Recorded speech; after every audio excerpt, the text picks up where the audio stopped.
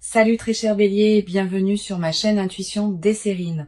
J'espère que vous allez bien. Allez, on va commencer tout de suite.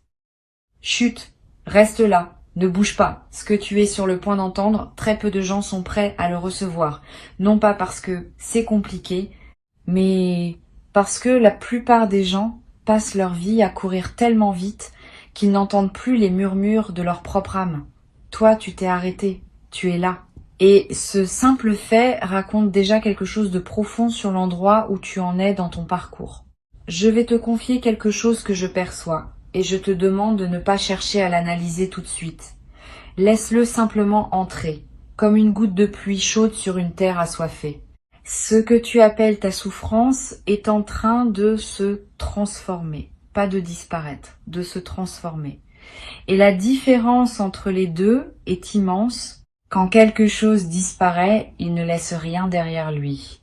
Quand quelque chose se transforme, il devient autre chose. Quelque chose de plus riche, de plus profond, de plus utile. Et c'est exactement ce processus qui est à l'œuvre dans ta vie en ce moment. La douleur que tu as portée, les épreuves que tu as traversées, les nuits lourdes et les matins gris, tout cela n'est pas en train de s'évaporer comme si rien ne s'était passé. Tout cela est en train de devenir le terreau d'une nouvelle réalité. Et cette nouvelle réalité, laisse-moi te la décrire parce que je la sens avec une netteté qui me surprend moi-même. Imagine un forgeron. Il prend un morceau de métal brut, informe, terne. Il le plonge dans le feu. Le métal rougit. Il souffre de la chaleur. Il perd sa forme initiale.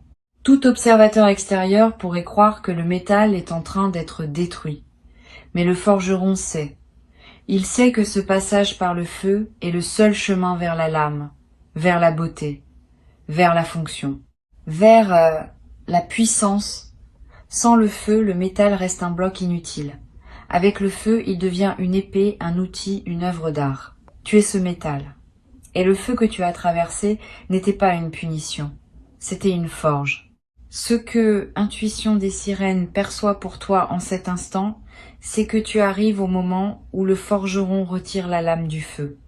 Le métal est encore chaud, il rougeoie encore, mais la forme est là. La trempe est faite, il ne reste plus qu'à polir et à révéler l'éclat qui était caché sous la surface rugueuse. Il y a un mot que je voudrais installer entre nous comme une lanterne dans la nuit. Ce mot, c'est transmutation. La transmutation, c'est l'art de transformer le plomb en or. Les alchimistes d'autrefois passaient leur vie entière à chercher cette formule dans leur laboratoire. Ce qu'ils ne comprenaient pas toujours, c'est que la véritable transmutation ne se fait pas dans un creuset de cuivre. Elle se fait dans le cœur humain. Dans ta capacité à prendre une souffrance et à en extraire de la sagesse. À prendre une perte et à en tirer une liberté. À prendre un effondrement et à y trouver le socle d'une reconstruction plus solide. Et toi, sans même le savoir, tu es un alchimiste. Tu l'as toujours été. Chaque épreuve que tu as traversée, tu ne l'as pas simplement subie, tu l'as traversée. Ce verbe est important. Traverser, c'est entrer par un côté et ressortir par l'autre, c'est ne pas rester coincé au milieu. Et si tu es là aujourd'hui, en train d'écouter ces mots, c'est la preuve vivante que tu as traversé chaque tempête. Pas une seule ne t'a englouti. Pas une seule ne t'a gardé prisonnier. Tu es toujours ressorti. Peut être abîmé, peut être fatigué, mais debout, toujours debout. Et cette capacité à te relever, encore et encore, n'est pas un hasard. Ce n'est pas de la chance. C'est une force qui vit en toi, et qui est bien plus ancienne que les circonstances de ta vie actuelle. C'est une force d'âme, une résistance du cœur, un refus profond, viscéral, de laisser la nuit avoir le dernier mot. C'est cette force-là qui a préparé le changement dont je vais maintenant te parler. Parce que le changement qui arrive n'est pas un accident. Ce n'est pas un coup de chance qui tombe du ciel sur quelqu'un qui n'a rien fait pour le mériter. C'est l'aboutissement naturel de tout ce que tu as construit dans l'invisible. Chaque fois que tu as choisi la gentillesse quand tu aurais pu choisir la colère. Chaque fois que tu as tendu la main quand tu aurais pu fermer le poing. Chaque fois que tu as continué à croire quand tout semblait te donner des raisons d'abandonner. Toutes ces petites décisions, ces micro-actes de foi quotidiens ont tissé un filet sous tes pieds. Un filet que tu ne pouvais pas voir, mais qui était là, qui est là, et qui maintenant est prêt à te porter vers quelque chose de nouveau. Je veux te parler de ce que signifie vraiment la fin d'une souffrance. Parce que c'est un concept que l'on comprend souvent mal. Quand on souffre, on imagine que la fin de la souffrance ressemble à l'opposé exact de ce qu'on vit. Si on est triste, on pense que la fin de la souffrance, c'est la joie permanente. Si on est seul, on pense que c'est la présence constante de quelqu'un. Si on est perdu, on pense que c'est une carte parfaite avec un itinéraire tracé au millimètre. Mais la vie ne fonctionne pas par opposition. Elle fonctionne par intégration. La fin de ta souffrance ne va pas ressembler à l'effacement de tout ce qui t'a fait mal.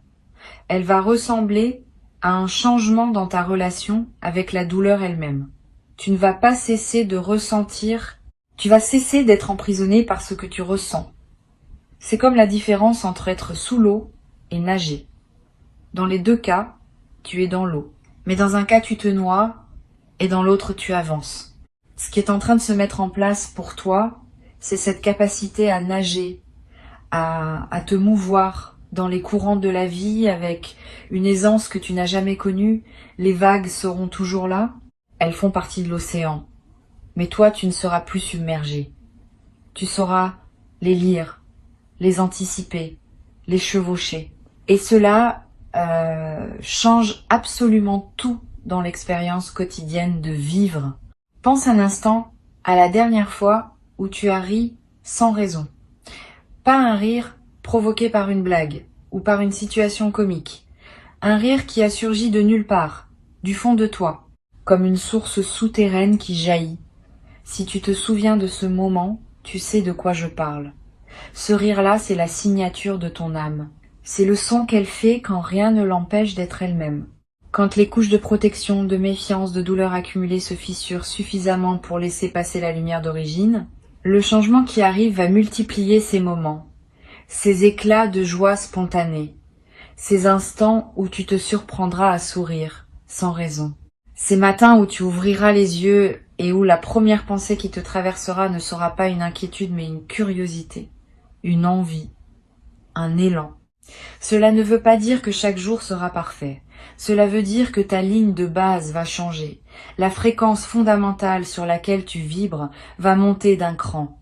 Les jours difficiles seront toujours là, mais ils seront des exceptions au lieu d'être la norme. Et surtout, tu auras les ressources intérieures pour les accueillir sans qu'ils te détruisent. Je veux maintenant te parler de quelque chose que peu de gens remarquent quand ils sont en pleine transition. C'est ce que j'appelle la réorganisation silencieuse. Quand un grand changement se prépare dans ta vie, les premiers signes ne sont pas spectaculaires.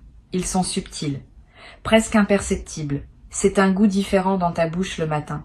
Une envie soudaine de ranger un tiroir que tu n'avais pas ouvert depuis des mois. Un livre qui t'attire sans que tu saches pourquoi. Une musique qui te fait pleurer alors qu'elle ne t'avait jamais touché auparavant. Un besoin nouveau de silence. Ou au contraire, un besoin soudain de mouvement, de sortir, de respirer un air différent. Ces micro-signaux ne sont pas anodins.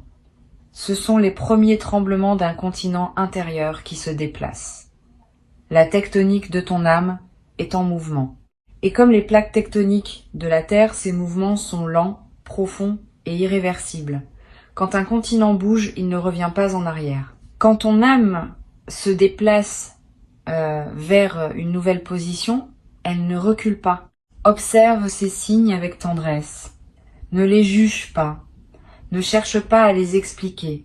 Contente-toi de les accueillir comme les messagers d'un printemps que tes yeux ne peuvent pas encore voir, mais que ton corps et ton intuition ont déjà détecté. Tu sais, il y a une intelligence dans le corps humain qui dépasse de loin tout ce que le cerveau peut concevoir. Ton corps sait des choses que ta tête ignore et réagit à des fréquences que ton mental ne peut pas capter. Et en ce moment, ton corps te parle. Il te dit, à sa manière, que quelque chose de beau se prépare. Peut être que tu le sens dans tes épaules qui se détendent légèrement, peut être dans ta respiration qui devient un peu plus profonde sans effort, peut être dans un appétit qui change ou dans un sommeil qui se modifie. Ton corps se prépare à accueillir une version de toi que tu n'as pas encore rencontrée. Fais-lui confiance. Il est ton allié le plus fidèle dans cette transformation. Il y a un aspect de ce changement que je veux aborder avec toi et c'est peut être le plus délicat. C'est la question du mérite. Quelque part en toi, il peut être une voix qui murmure que tu ne mérites pas que les choses s'améliorent, que tu as fait trop d'erreurs, que tu as blessé des gens, que tu as pris des mauvaises décisions, que tu as gaspillé du temps, de l'énergie, des opportunités. Et cette voix, elle peut être même des arguments convaincants, des souvenirs précis, des preuves accablantes. Mais cette voix confond deux choses. Elle confond la responsabilité et la condamnation. Être responsable de ses erreurs, c'est sain, c'est mature, c'est nécessaire. Mais se condamner soi-même à une souffrance perpétuelle à cause de ses erreurs, ce n'est ni sain, ni juste, ni utile. La vie n'est pas un tribunal. Elle n'émet pas de sentence définitive. Elle offre des cycles, des renouvellements, des secondes chances, des troisièmes chances, des centièmes chances. Parce que la vie comprend quelque chose que le mental humain a du mal à saisir. Chaque erreur est un apprentissage et chaque apprentissage rapproche de la lumière. Tu mérites ce qui vient, non pas parce que tu es parfait, mais précisément parce que tu ne l'es pas. Parce que malgré tes imperfections, malgré tes chutes, malgré tes zones d'ombre, tu as continué à avancer. Tu n'as pas renoncé à toi-même. Et ce simple fait, ce refus discret de baisser les bras, est la chose la plus noble et la plus courageuse qu'un être humain puisse faire. L'énergie que capte Intuition des sirènes pour toi porte en elle cette nuance essentielle. C'est pas un changement qui va te demander de devenir quelqu'un d'autre. C'est un changement qui va te permettre d'être enfin toi-même, pleinement, sans honte et sans masque. Tout ce que tu as refoulé, tout ce que tu as caché, tout ce que tu n'as pas osé montrer au monde par peur du jugement, c'est exactement cela qui constitue ton trésor. Les parties de toi que tu considères comme des faiblesses sont en réalité tes forces les plus rares. Ta sensibilité que le monde t'a peu être appris à cacher est une antenne qui capte des réalités invisibles aux autres. Ta profondeur émotionnelle qu'on t'a peu être reprochée est la raison pour laquelle tu comprends les gens mieux qu'ils ne se comprennent eux-mêmes. Ta tendance à tout ressentir intensément, que tu as peu être vécu comme un fardeau, est en réalité un don. Et ce don est sur le point de trouver sa place dans le monde, sa vraie place. Pas celle que les autres ont définie pour toi, pas celle que la société attend de toi. Ta place à toi. Celle qui a la forme exacte de ton âme. Je perçois quelque chose de très spécifique. Quand je me connecte à ton énergie, c'est comme si tu avais passé des années à essayer de t'adapter à un monde qui n'était pas calibré pour toi. Comme si tu avais essayé de jouer une partition écrite pour un autre instrument, tu as fait de ton mieux. Tu as essayé d'en tirer une mélodie acceptable. Mais au fond de toi, tu sentais que le son n'était pas juste, que quelque chose manquait, que tu n'étais pas à ta place. Ce sentiment ne venait pas d'un défaut en toi. Il venait du fait que tu jouais la mauvaise partition. Et ce qui change maintenant, c'est pas toi. C'est la partition. La vie est en train de te présenter une nouvelle musique. Une musique écrite pour ton instrument unique. Et quand tu commenceras à la jouer, tu seras stupéfait par la beauté du son qui en sortira. Un son que tu n'as jamais entendu, parce que personne d'autre ne peut le produire. Il est uniquement le tien. Sais-tu ce qui arrive à un fleuve quand il rencontre un obstacle qu'il ne peut pas contourner? Il ne se bat pas. Il ne se fracasse pas indéfiniment contre la roche. Il monte. L'eau s'accumule, gagne en profondeur, en puissance, en volume, et un jour, elle passe par-dessus, où elle trouve une fissure dans la roche que personne n'avait vue, où elle creuse patiemment millimètre par millimètre, jusqu'à se frayer un nouveau chemin. Le fleuve ne doute jamais de sa destination. Il sait qu'il va vers la mer. Il ne sait pas exactement par où, mais il sait vers où. Et cette certitude paisible lui donne une force que rien ne peut arrêter. Tu portes en toi cette même certitude. Peut être qu'elle est enfouie, peut être qu'elle est recouverte de couches, de désillusions et de fatigue. Mais elle est là. Cette conviction sourde, presque animale, que ta vie va quelque part de beau.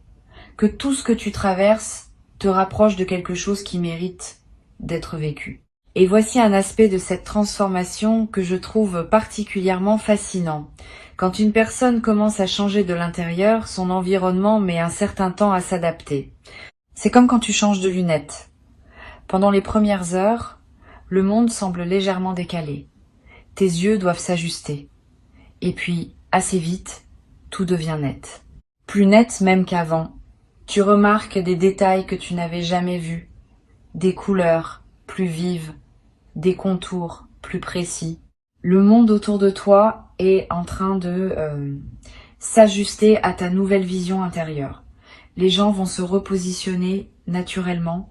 Ceux qui résonnent avec la personne que tu deviens vont se rapprocher. Ceux qui résonnaient avec l'ancienne version vont peu être s'éloigner. Et cela peut être déstabilisant au début. Mais c'est un mouvement sain, nécessaire, inévitable. Parce que tu ne peux pas grandir et demander à tout ton environnement de rester exactement le même. La croissance implique le mouvement, et le mouvement implique le changement. N'aie pas peur de ce réajustement. Il ne signifie pas que tu perds quelque chose, il signifie que tu fais de la place pour ce qui correspond vraiment à qui tu es en train de devenir. Il y a aussi, dans ce processus, une forme de deuil lumineux. Un deuil de la personne que tu étais, de ses certitudes, de ses limites, de son monde connu. Et même si ce monde te faisait souffrir, il avait au moins le mérite d'être familier. L'inconnu fait toujours un peu peur, même quand l'inconnu promet d'être meilleur que le connu. C'est normal, c'est humain. Ne te reproche pas cette peur. Accueille-la, remercie-la même, parce qu'elle te prouve que tu es en train de franchir un véritable seuil. On n'a pas peur quand on reste sur place. On a peur quand on avance vers quelque chose de grand. Et ce vers quoi tu avances est grand. Pas grand au sens extérieur du terme. Grand au sens intérieur. Grand comme la paix. Grand comme la cohérence. Grand comme la sensation de se réveiller le matin et de ne plus avoir besoin de porter un masque pour affronter la journée. Maintenant, je veux te parler de la manière dont ce changement va se manifester dans ton quotidien. Pas dans des termes vagues ou abstraits, mais de façon tangible. Tu vas commencer à remarquer que les situations qui te drainaient auparavant n'ont plus le même effet sur toi. Non pas parce qu'elles ont changé, mais parce que tu ne réagis plus de la même façon. Là où tu aurais absorbé la négativité comme une éponge, tu vas la laisser glisser sur toi, non pas par indifférence, mais par discernement. Tu sauras instinctivement ce qui te concerne et ce qui ne te concerne pas, ce qui mérite ton énergie et ce qui n'en mérite pas. Cette capacité de tri émotionnel est l'un des signes les plus clairs d'une élévation intérieure. Elle ne s'enseigne pas dans les livres. Elle s'acquiert par l'expérience vécue et par la maturité de l'âme. Tu vas aussi remarquer un changement dans la qualité de tes pensées. Les pensées parasites, ces boucles mentales qui te maintenaient éveillé la nuit, vont commencer à perdre de leur emprise. Elles ne vont pas disparaître d'un coup où le mental est tenace, mais elles vont s'espacer. Et dans les espaces entre ces pensées, tu trouveras quelque chose que tu n'avais peu être plus connu depuis longtemps. Le calme. Pas le calme forcé de celui qui médite parce qu'on lui a dit que c'était bon pour lui. Le calme naturel de celui qui n'a plus besoin de fuir ses propres pensées. Le calme de celui qui est en paix avec son paysage intérieur. Ce calme va devenir ton refuge et ta force. Pas un refuge où tu te caches du monde, mais un refuge d'où tu t'élances vers le monde. Avec plus de clarté, plus de présence, plus de joie. Et la joie dont je parle n'est pas l'euphorie passagère que procure un événement heureux. C'est une joie de fond, une joie structurelle. Comme la note fondamentale d'un accord de musique, celle sur laquelle toutes les autres notes s'appuient. Cette joie-là ne dépend pas de ce qui se passe autour de toi. Elle dépend de ce qui se passe en toi. Et ce qui se passe en toi, en ce moment même, est en train de poser les fondations de cette joie durable. Il y a un paradoxe magnifique dans ce que tu vis. Tu as cherché pendant longtemps la sortie de ta souffrance. Tu as cherché des portes, des clés, des solutions. Tu as demandé des réponses à l'extérieur. Et ce que tu découvres maintenant, c'est que la porte était ouverte depuis le début. Tu ne la voyais pas parce que tu regardais dans la mauvaise direction. La sortie de ta souffrance n'était pas devant toi, elle était en toi. Ce n'est pas un cliché, c'est la vérité la plus concrète qui existe. Parce que le jour où tu changes la manière dont tu te regardes toi-même, le monde entier se réorganise autour de cette nouvelle vision. Les mêmes rues, les mêmes visages, les mêmes journées, mais vues à travers des yeux neufs. Des yeux lavés par tout ce que tu as pleuré. Des yeux adoucis par tout ce que tu as compris. Des yeux rendus perçants par tout ce que tu as refusé de laisser te détruire. Ces yeux-là, ce sont les tiens maintenant. Et le monde qu'ils voient est un monde rempli de possibilités que tu ne soupçonnais pas. Je sens que tu es en train d'arriver à un endroit de ton parcours où les pièces du puzzle commencent enfin à s'assembler. Pas tout en même temps, mais suffisamment pour que tu aperçoives le dessin. Pour que tu comprennes que ce qui te semblait chaotique avait en réalité un ordre caché. Un ordre bienveillant. Un ordre qui travaillait pour toi-même quand tu pensais que tout travaillait contre toi. Il y a un mot japonais, kintsugi, qui désigne l'art de réparer la poterie brisée avec de la poudre d'or. Au lieu de cacher les fissures, on les met en lumière, on les rend précieuses. Et l'objet réparé est considéré comme plus beau que l'objet intact parce qu'il porte son histoire dans ses veines dorées. Tu es cet objet. Tes fissures ne sont pas des défauts, ce sont des lignes d'or. Et le changement qui arrive dans ta vie est précisément ce processus de dorure. Tes blessures deviennent des ornements. Tes cicatrices deviennent des preuves de ta force. Ce que tu pensais être les traces de ta destruction devient la cartographie de ta renaissance. C'est peu être la chose la plus belle que je puisse te dire aujourd'hui. Tu n'as pas été brisé pour rien. Tu as été brisé pour être reconstruit en plus beau. Et cette reconstruction n'est pas un espoir lointain. Elle est en cours. Elle se fait en toi, maintenant, à chaque instant, à chaque respiration. Et sais-tu ce que font les arbres qui ont survécu à un incendie de forêt? Leurs troncs portent les marques noires de la brûlure, leur écorce est craquelée, sombre, abîmée. Mais si tu observes attentivement, tu verras que ces arbres-là sont souvent les premiers à reverdir. Leurs racines protégées sous terre pendant que le feu faisait rage en surface, ont continué à puiser l'eau et les nutriments dont l'arbre avait besoin. Et quand le feu s'éteint, ses racines envoient une sève nouvelle, plus vigoureuse encore qu'avant, parce que le sol autour d'elle a été enrichi par les cendres. Le feu qui semblait destructeur a en réalité fertilisé la terre. Tes racines à toi sont intactes. Elles l'ont toujours été. Quoi que tu aies traversé en surface, quelle que soit l'intensité du feu qui a balayé ta vie, la partie la plus profonde de toi n'a jamais été atteinte. Et c'est de cette profondeur que monte maintenant la sève du renouveau. Tu le sens, cette énergie montante. Cette envie timide, mais persistante de croire que les choses peuvent être différentes. Ce n'est pas de la naïveté, c'est de la sève. C'est la vie elle-même qui refuse de s'arrêter, qui refuse de te laisser tomber. Il y a une forme de grâce dans tout cela qui dépasse l'entendement humain. La manière dont la vie orchestre les renaissances a quelque chose de mystérieux et de profondément rassurant. Elle ne te demande pas de comprendre le mécanisme. Elle te demande simplement de lui faire confiance, de la laisser opérer en toi, de ne pas interférer avec le processus par ta peur ou ton impatience, de te laisser reconstruire avec la patience du kintsugi, veine d'or après veine d'or. La souffrance que tu as connue avait un sens que tu ne pouvais pas percevoir tant que tu étais dedans. C'est comme essayer de lire un livre en ayant le nez collé contre la page. Tu ne vois que des lettres floues, sans lien entre elles. Mais dès que tu prends du recul, les mots apparaissent, les phrases se forment, et l'histoire se révèle. Tu prends ce recul maintenant. Et l'histoire de ta vie commence à se lire d'une manière qui te coupe le souffle, Non pas parce qu'elle est tragique, mais parce qu'elle est belle. Parce qu'elle a une cohérence que tu ne soupçonnais pas. Parce que chaque chapitre, même les plus douloureux, a contribué à te rendre capable de vivre ce qui vient.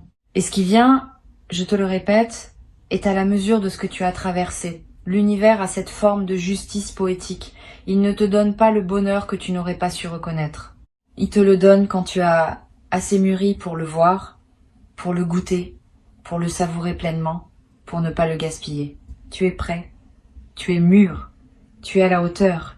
Et si une part de toi doute encore, si un coin de ton esprit résiste et se demande si ces mots s'appliquent vraiment à toi, je t'invite à poser ta main sur ton cœur un instant, sans son battement.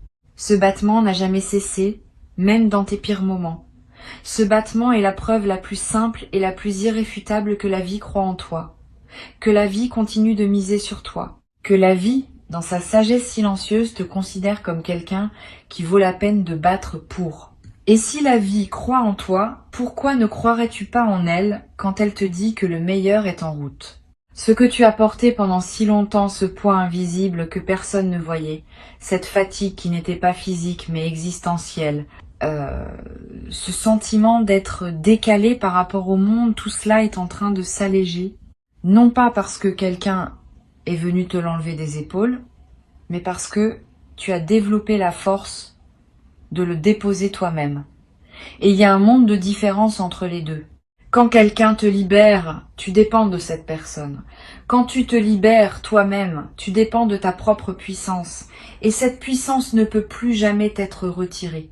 C'est peut être la transformation la plus fondamentale de toutes, celle qui passe de la dépendance à la souveraineté, du regard tourné vers l'extérieur au regard tourné vers l'intérieur, de l'attente à l'action. Non pas une action frénétique, bruyante, épuisante, une action douce, guidée, inspirée. L'action de quelqu'un qui ne court plus après la vie, mais qui marche avec elle à son rythme, en confiance. Avant de clore cet espace que nous avons partagé, je veux que tu gardes une chose gravée en toi, une seule chose, si tu ne devais retenir qu'une seule idée de tout ce que tu viens d'entendre. La voici. Ta souffrance n'a jamais été ta destination, elle n'a jamais été ton adresse permanente, elle a toujours été un passage, un tunnel, et les tunnels, par définition, ont une sortie. Tu approches de cette sortie. La lumière au bout n'est pas un mirage. Elle est réelle, elle est chaude. Et elle t'attend avec la patience infinie de ce qui t'a toujours appartenu. Tu sais ce que font les papillons quand ils sortent enfin de leur chrysalide. Ils ne s'envolent pas immédiatement. Ils restent un moment accrochés à la branche, les ailes encore humides, encore froissées. Ils laissent le soleil les sécher. Ils laissent le vent les déployer. Et ce n'est que après ce temps de patience, ce temps d'acclimatation au monde nouveau dans lequel ils sont nés, qu'ils prennent leur envol. Ce moment de pause n'est pas de la faiblesse. C'est de la sagesse instinctive. C'est le corps qui sait qu'il faut se préparer avant de voler. Tu es dans ce moment de pause. Tes ailes se déploient. Le soleil de ta nouvelle vie les sèche doucement. Et bientôt, très bientôt, tu sentiras sous toi le courant d'air ascendant qui te portera vers des hauteurs que tu n'aurais jamais cru possibles. Pas parce que tu as été choisi par une force extérieure, mais parce que tu t'es choisi toi-même. Parce que, au milieu de tout ce que tu as traversé, tu as fait le choix silencieux et radical de continuer à croire en toi, en la vie, en la possibilité que demain soit différent d'hier. Et demain sera différent, il l'est déjà. Si tu es arrivé jusqu'ici, si tu as laissé chacun de ces mots se poser dans ton cœur sans les rejeter, c'est que le message d'intuition des sirènes était destiné à te trouver, pas à te convaincre, pas à te divertir, à te trouver, comme une lettre que l'univers avait écrite à ton nom et qu'il attendait le bon moment pour te remettre. Ce moment, c'est maintenant, et toi, tu es exactement là où tu dois être. Respire profondément, souris, même légèrement, et sache que la prochaine fois que tu ouvriras les yeux sur le monde, tu verras quelque chose que tu n'avais jamais vu avant. Non pas parce que le monde aura changé, mais parce que toi, tu auras changé. Et c'est tout ce qu'il fallait.